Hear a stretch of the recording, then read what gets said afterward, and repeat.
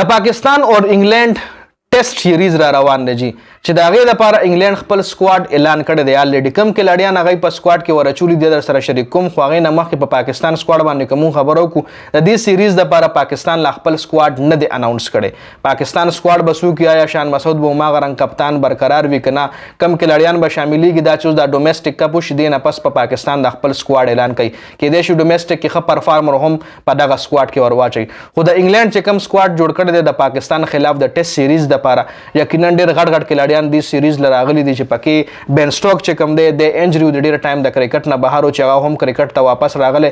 جو روټ چې کوم دی هغه هم ډېر ټایم بهر و چې هغه هم د پاکستان خلاف په واپسي کوي په دې ټیسټ کې. نور هم څه اهم کلاډیان دي چې انګلند په دې خپل سکواډ کې ورچولي دي جي. که دا سکواډ تاسو سره د په سکرین تاسو ګورئ تاسو له مکمل سکواډ ښکاري جي. ټیسټ سیریز دپاره د پاکستان د انګلند سکواډ دی جي.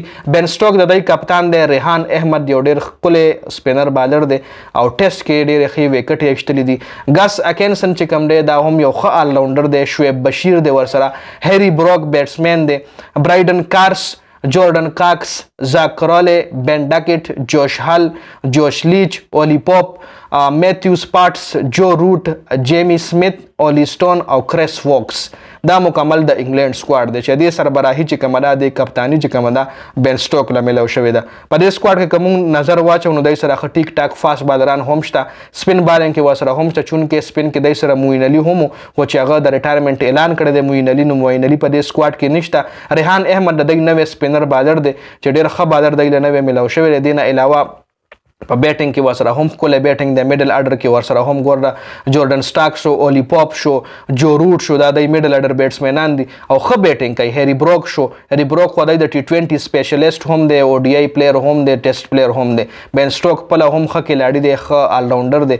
نو بین سټوک د انګلند چې کوم کلاډي دی ډېر ټایم پاس کرکټ له واپسي او هم د پاکستان خلاف ټیسټ سیریز دپاره پاکستان سکواډ لا نه دی راغلی، دا د انګلند سکواډ دی. دې کې ډېر کلاډیان که تاسو ګورئ لکه هغه پکې میسنګ دي، لکه بټلر شو چې هغه ټیسټ کرکټ بټلر نه علاوه نور هم غټ غټ کلاډیان چې کوم د انګلند ټیم کې یو اهم نوم لري، یو اهم پہچان لري، هغه پکې میسنګ دي.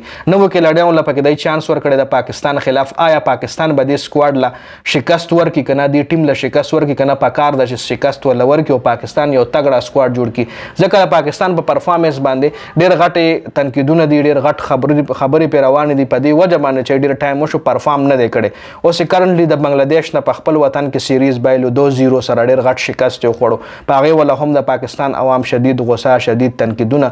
نو اوس پاکستان له پکار دی چې دې سکواډ له وګوري او دې سکواډ نه مضبوط سکواډ، مضبوطه لوبډله تیاره کړي او انګلند نه کم از کم دا سیریز که نه هم ګټي خو چې څه میچز خو پکې وګټي که نه، هغه دا نه چې بس بوري ته را ناکامه شي. دا مکمل سکواډ خپله رایه را سره په کمنټ کې شریک کړئ. د ویډیو کتلو زیاته مننه جي. والسلام.